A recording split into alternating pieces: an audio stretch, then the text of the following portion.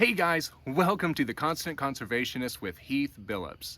If you haven't noticed, I'm a little sun-kissed today. I've been outside all day working on some awesome projects that I can't wait to show y'all. That's going to be another day and another episode, but I promise you will not be disappointed. Now for today, I want to introduce to you my special guest, Mr. Voodoo Lily here. Now these guys are impressive, but not just by their looks and their size, but how they get pollinated. Now, other plants, they'll get pollinated by bees and hummingbirds and butterflies, but these guys solely rely on flies, and you'll see that they're coming in and all around them. Now, the way that they do that and attract only flies is because of their other distinctive trait, and it's their smell.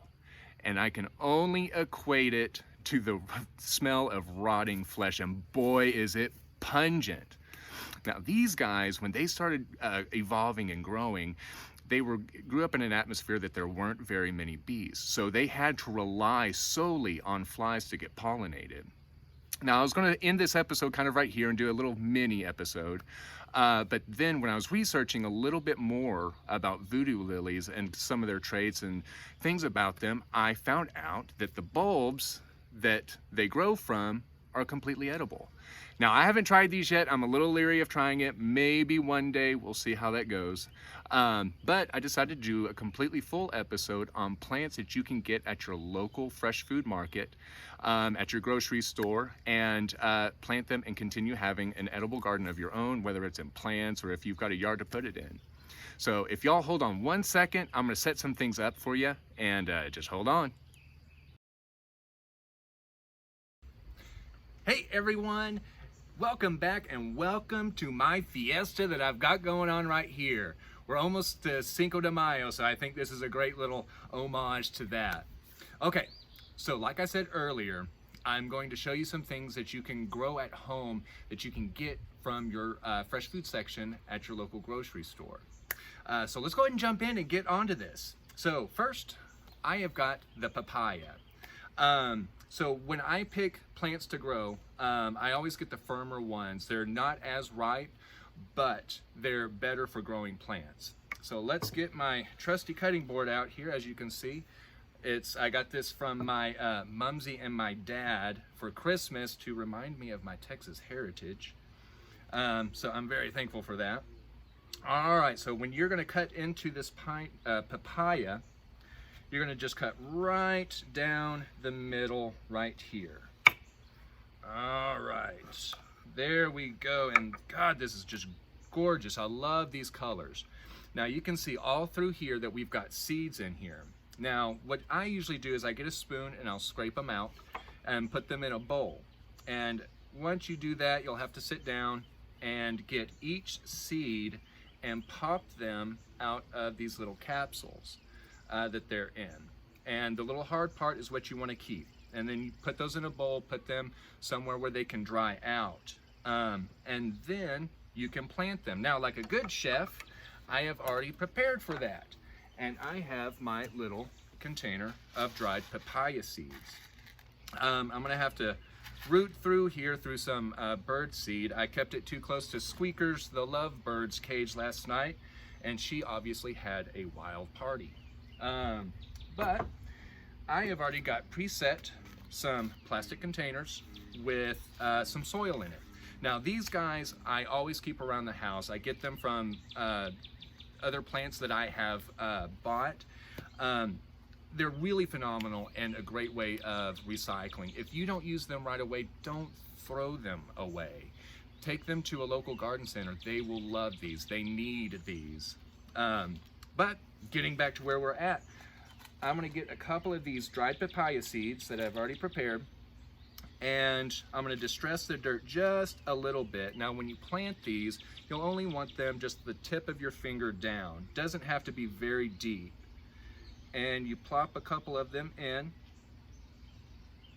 All right, there we go. I got a few in here, and I got a lot more to do, which I will do that later. Then you just cover them up, and there you go. That easy.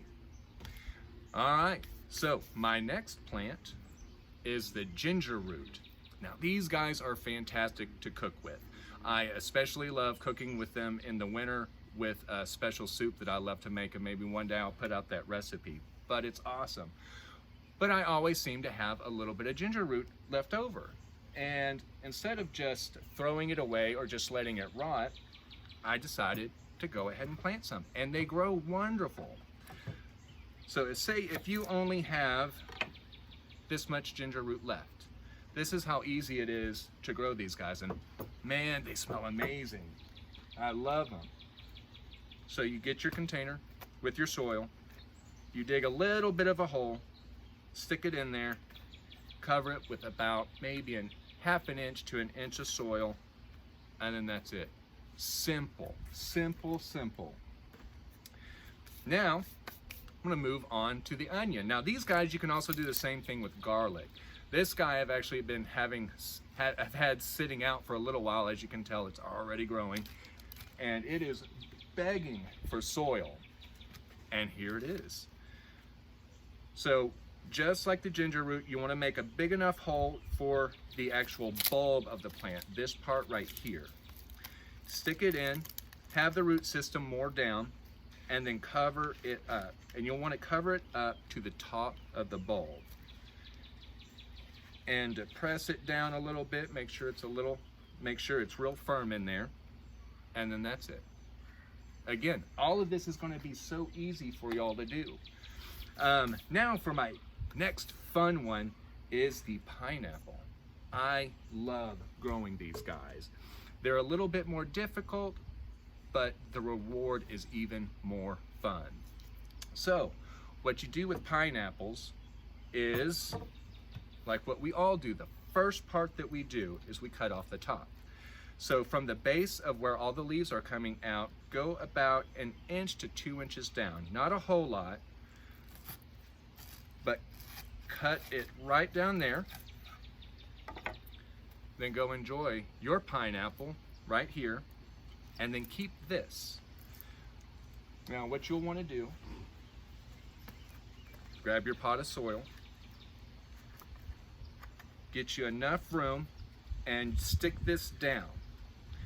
And when you put the soil back up around it, stick it all the way up to the base of the leaves, not any further, because you don't want to smother it.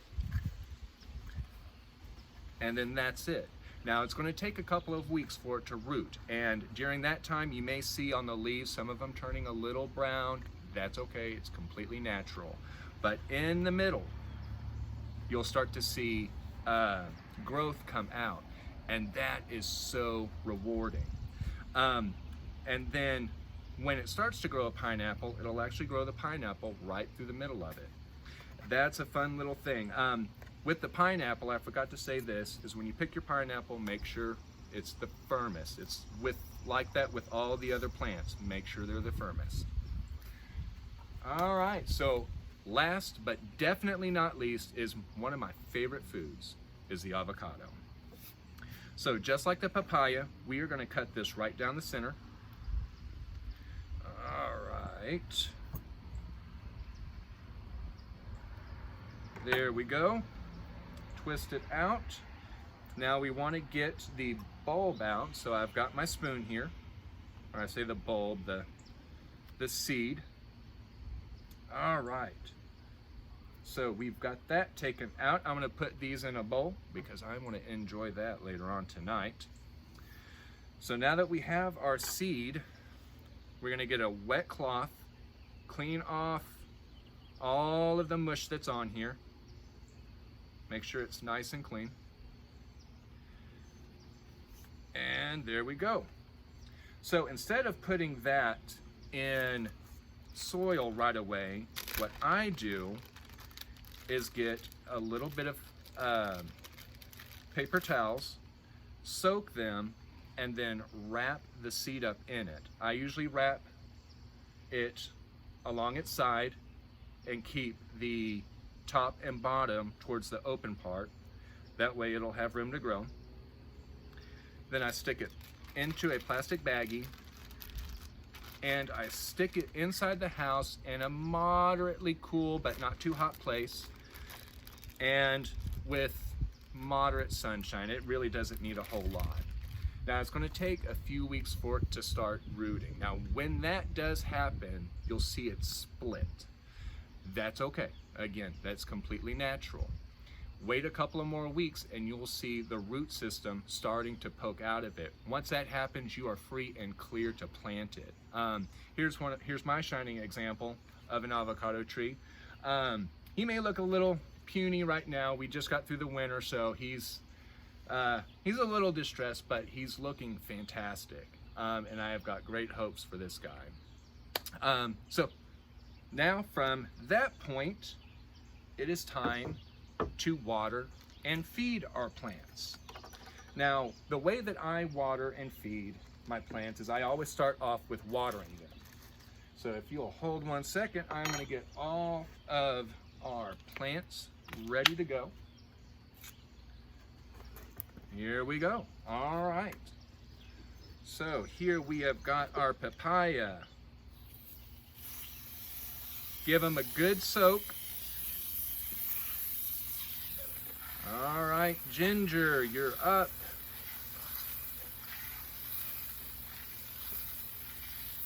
And our pineapple, ready to make its debut. And the onion.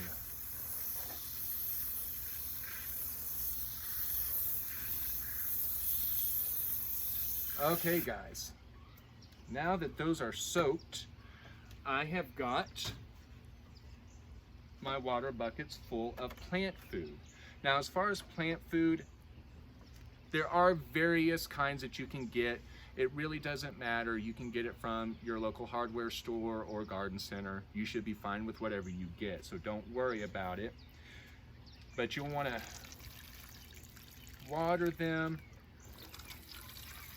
really good, give them an extra soak.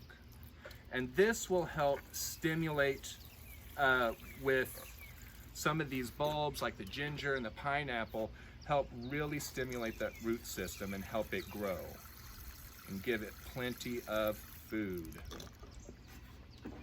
All right, guys, and that's it. Fun and easy things that you can do, and it's hugely beneficial and an awesome conversation starter, especially with the pineapple. That being said, I have actually got a dual conservationology question for you today. And it all has to do with this little guy right here. Now, the pineapple is the most famous species of what plant family? That's number one. Number two, how long does it take a pineapple to grow?